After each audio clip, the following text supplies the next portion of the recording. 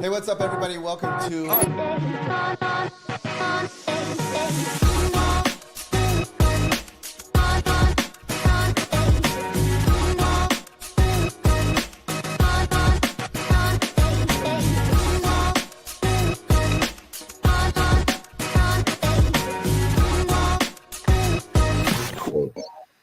What's up, everybody? Good morning. Welcome to Get Book Solid. Who doesn't want to get book solid here as we wind down 2024? Going into 2025, we have Lacey Book with us and the excited David Meltzer's in the house. What's up, David Meltzer? I'm excited, which is the same frequency as worried, but I've learned to make sure that it stays in the excitement realm by the meaning I give that frequency. So if you're worried out there about anything, the end of the year, the new year, the tomorrows of the day, then just learn to give meaning to worry to make it excitement. It's the same frequency, same vibration. I did not know that. I already learned something new in the first minute of our show. I love it. Can excitement become worry? What, can it go the other way? Yeah. So you could be excited about playing in a game or speak a speech or a show. You could be excited about it. And then when you're backstage, it can become worry. Or if you're on the sideline or the locker room. And I'm sure all of us have had that experience where excitement has turned to worry or worry has turned back to excitement.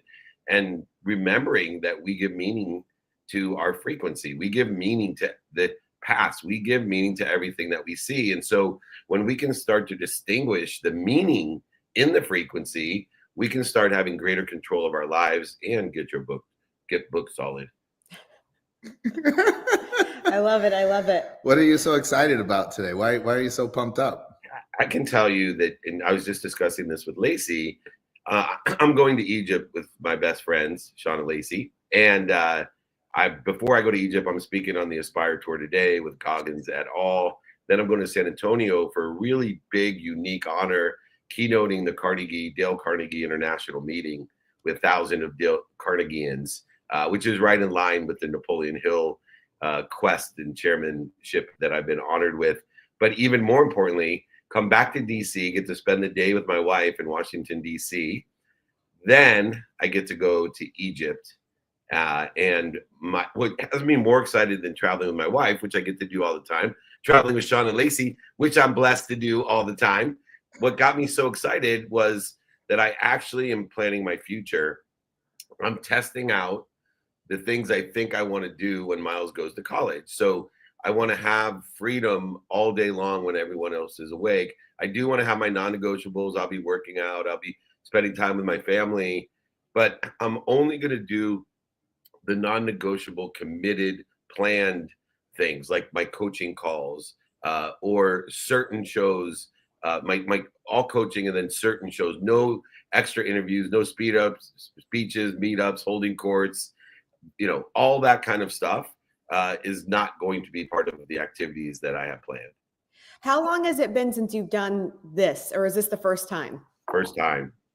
This is an interesting concept. I don't know what Shawn had in mind today, but I think this is an important concept for all of the business owners / entrepreneurs out there. This idea of slowing down, right? Because I think there is so much misconception around the idea of slowing down. I think inherently people feel like if I slow down or don't do it as much, that automatically means that the business will too.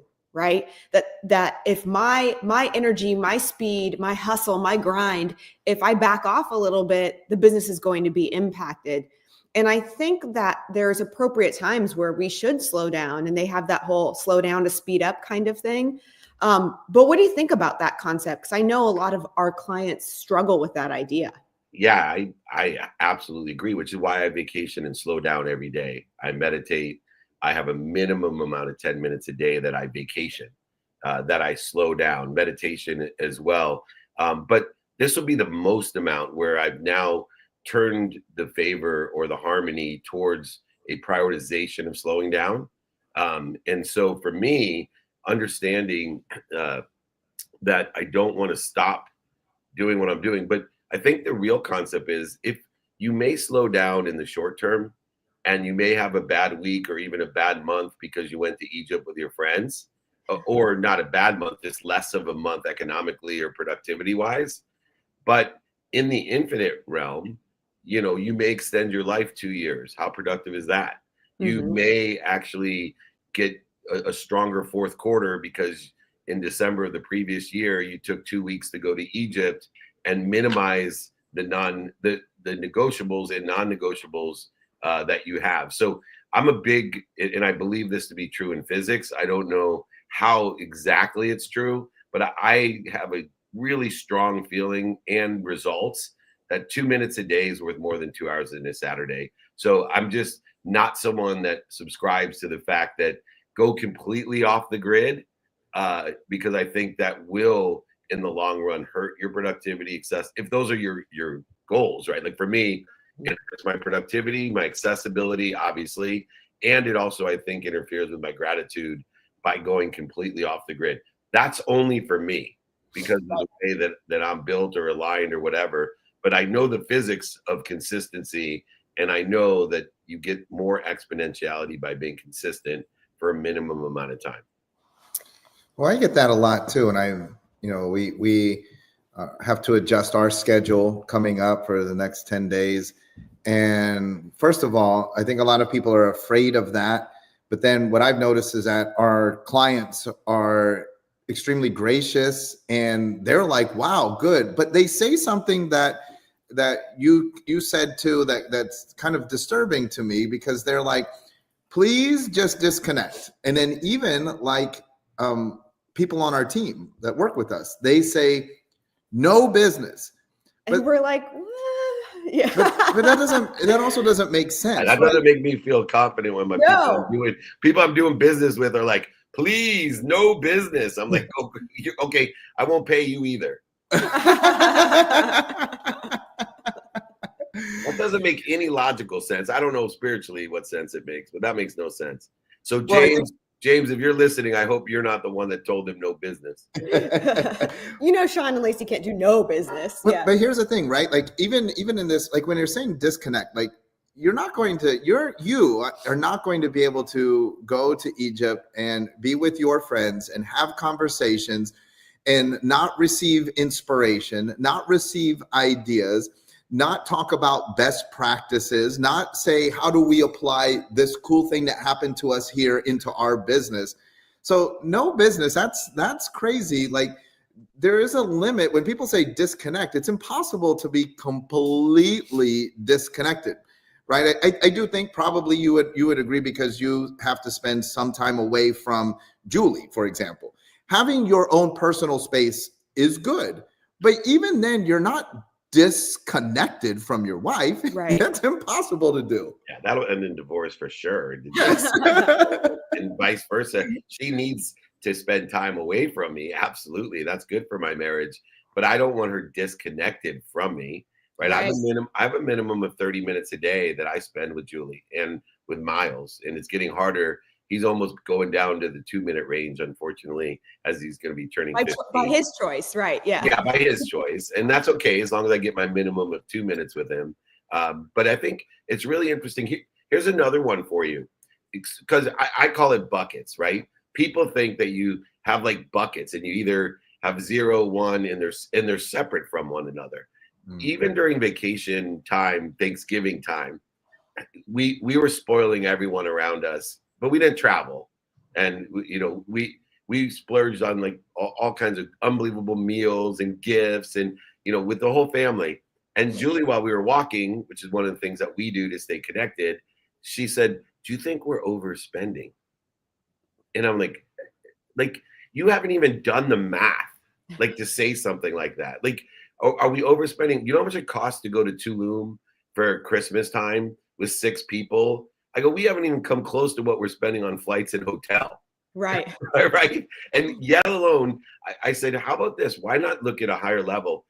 Every month, one of the things that for me to be economically comfortable, because I lost everything, because I don't want to get in behaviors that could lead me to the same results and break the chain that is for me genetic and energetic of being that person, I have to save more money than I spend. So every month there's a simple math equation to make sure my behaviors are in a trajectory of where I want to be, and I have to save more money than I spend, and then I'm comfortable. Sometimes if it's close, that's okay. Sometimes it's not close, but that to me says I'm not overspending. Right. Yeah, absolutely. So I think there's simple things to do. I would be disappointed if while we're together in Egypt, I didn't get great suggestions. I didn't get great questions from you guys. We didn't make plans for 2025 and get coordinated with, here's what I have going on. How can you guys participate with me so we can combine, making money with having fun and helping people? And I would be hugely disappointed, and I wouldn't have as good as a time if we weren't all doing that, let alone introducing you to Roy and Jamie and seeing what opportunities lie with him and all of us together as well. So yes, there's always a combination, a harmony of utilizing your time with activity you get paid for and activity you don't get paid for. Well, and I think for me, one of the things that I have had to learn, because I'm very logical and logistical, right? I feel like I'm an architect. So I'm always busy building things, doing things, in the systems, deep into stuff. And what I found is it's not that I'm slowing down, but I'm creating space. And I had to have like a mindset shift around this idea.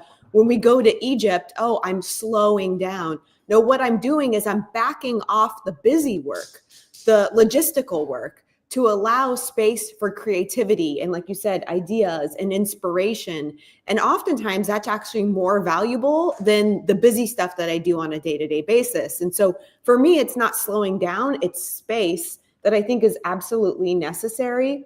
And when I go into it with that intention and expectation, I receive so much more than going into it of, I'm so scared, I'm slowing down, what's going to happen to the business? It's like, no, what's going to happen to me where I'm going to be able to download and grow the business? And that was really helpful for me because I struggled with slowing down for a long time. Yeah, and study Einstein with that, right? The music that we hear is made by the space between the notes. Mm-hmm. And so you just can't keep pounding the C all day long because you get so busy working, you forget to make money. And so we have to remember, and recollect to make money. And the way that we do that is to create space. That's brilliant, as usual. That's my takeaway of the day. That's the takeaway of the day. Lacey, what's your takeaway today? Lacey, create space instead of slowing down. Right. Space, everybody. Well, you guys know me. I have to play devil's advocate and advocate for the viewers who would be thinking, listen, all of that's great. You two, Richie Riches, of course. Oh, yeah, off to Egypt. There are people, though, that really do struggle with this for two reasons. One, they're newer in business and they're just like at 110 and they just go. And so they receive advice, mentorship of, hey, maybe you might want to slow down, right? Because you're going to blow a gasket here. This is not, you can't sustain this, number one. Or number two, oftentimes the reason why they do that is because, look, if I was like, okay, David Meltzer, I'll just, take some time.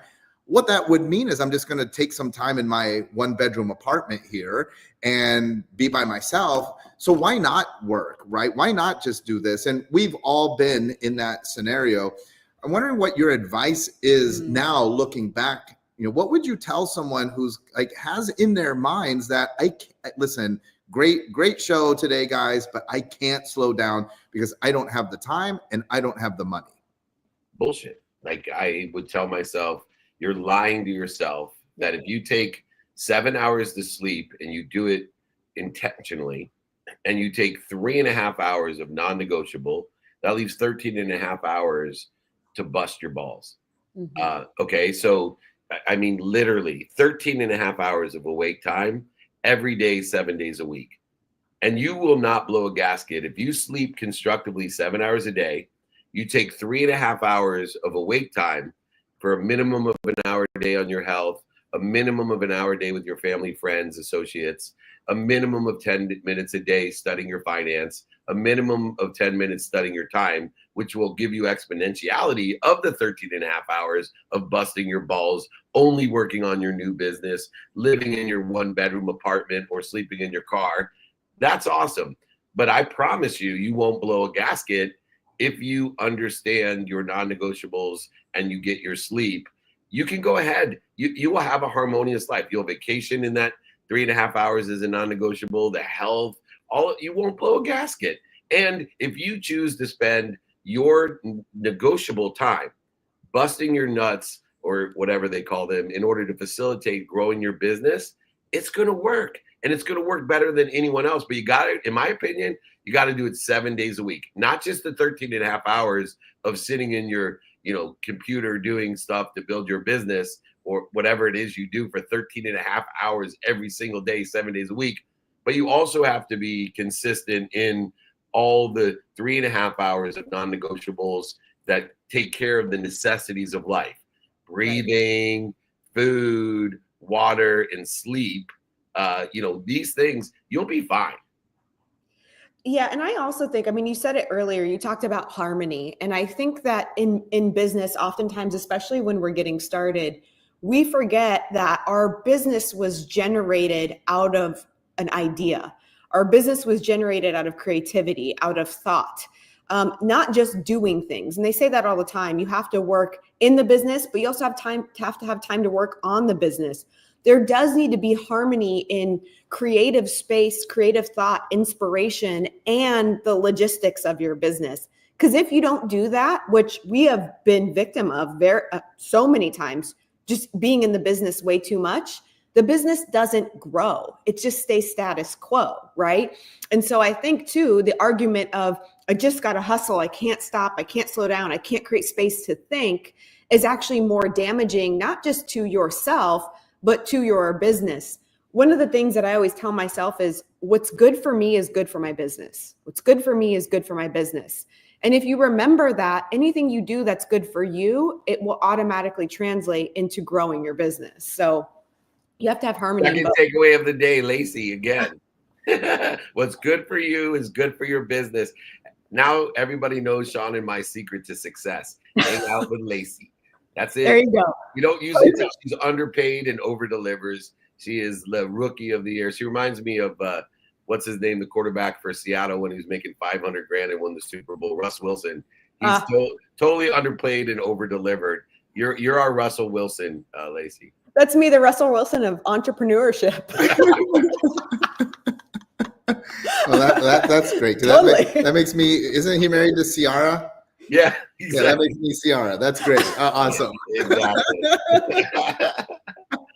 Oh my God. Oh boy. One last thing before we let you go, David. How important is, you always talk about attention and intention. I always tell people one of the things that, two things that as we go around and do life together. Wait, Julie, hold on. We got to interrupt the show. We're on a show with Shawn and Lacey. You have anything to say? Can't wait to see you. Yes. Can I call you back after the show? Yeah, I did all that stuff. I need to do kind of. All right, love you. Miles is golf tryouts today, so we got to make sure his physical is clearance. Anyway, I had to take that. Thank you for your patience, everyone. Let's go back to the show. Yeah, back to the show.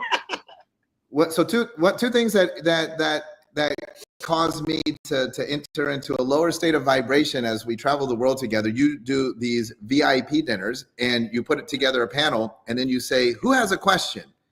And nobody has a question. And I'm like, how can you have come to this knowing that there will be people in the room that have answers, but you haven't pre-thought of your questions? Like, I curate the room by charging people, by the way. Like right. I'm unabashedly telling you, I curate the room. I guarantee it because I want people to put some value forward, guaranteed, so they have no risk.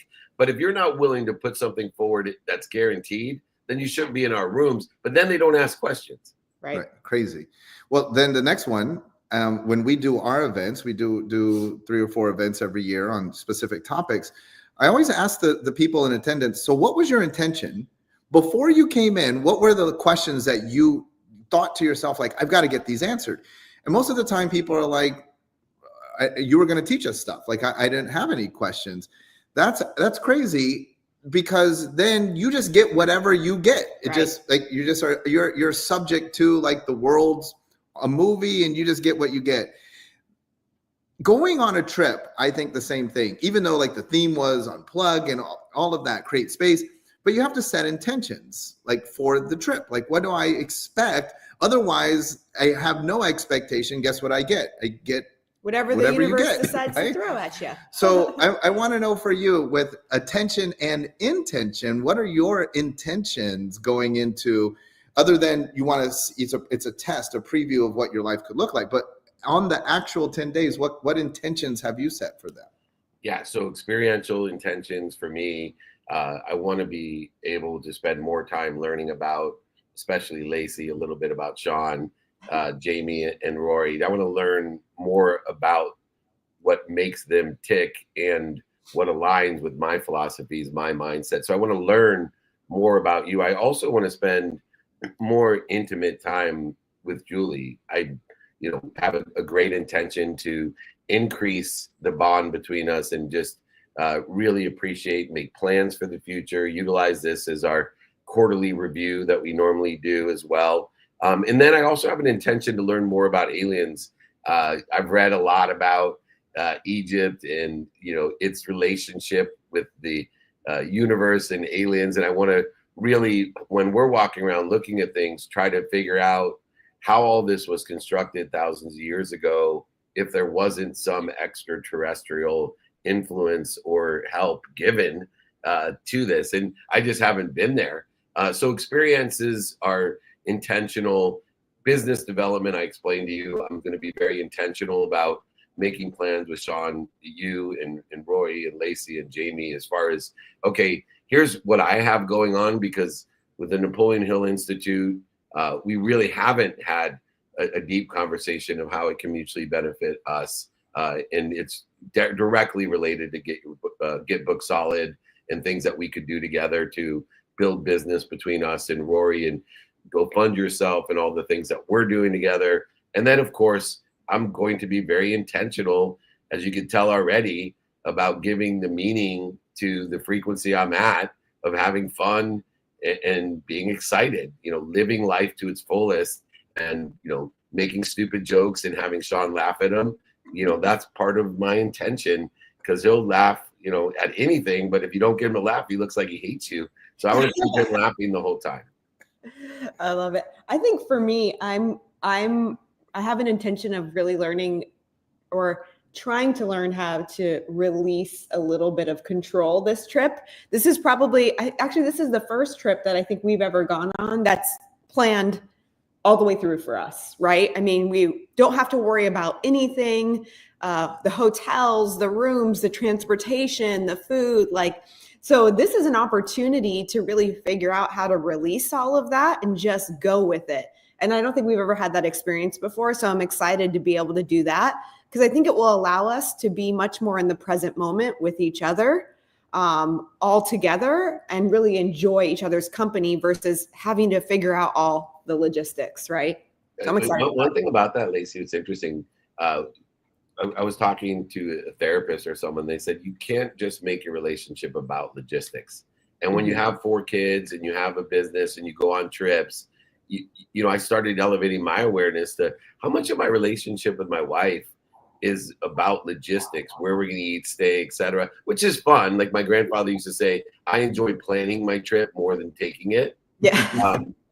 So for me, I want to make sure the same thing. Like, I don't want, my relationship just to be about, whether Miles has a physical or not for golf tryouts. Right. So it's going to be, I think that's what's going to be great for the 3 couples. Like, we really just get to enjoy it and not have to worry about it. So very exciting. What about you? Well, I've also been, I'm going to send you a link to this book that we were turned on to. It actually has just a little section in there about the pyramids and Egypt. But one of the things that I think is interesting is I also think that there's the potential for a spiritual breakthrough, whether it was aliens or, the divine intercession that, helped to bring these things about. And it's like you said, but you have to see it. I was reading they claimed that the pyramids were built in 10 years, they would have had to have laid one of those bricks, which are huge, one of those bricks every minute on the minute for 10 consecutive years with no break in order to have completed that project in 10 years. And so there's just that fascination, the mysteries, and then, being open open-minded to a spiritual breakthrough of, hey, maybe there's some clarity about what's possible, because I think a lot of times for us in life and in business, just like you were mentioning earlier, like a lot of times we tell ourselves that's not possible. I can't do that, or that there's only so many minutes in a day. Well, you can go to Egypt and figure out that somehow, if that's true, if you can touch it, somehow they had more minutes in the day, apparently, because they were laying those things every minute for 10 years straight. Possibility. So I love it. I'm very open to expansive thought processes about really what's possible in the world. I mean, and that's on all levels, like you mentioned earlier too, for relationships, for, even for fun. Like, how much fun can you possibly have? Like, well, let's test the limits of that. Let's have more fun than people even thought were possible, because they can't even imagine it. So yes, very open-minded about everything that's possible. Where can people catch you in the next 48 hours? Yeah, one more takeaway is you'll never overachieve your own imagination. So doing trips like this increase your imagination, which is directly impacting your self-image, and you never will overachieve your own self-image as well.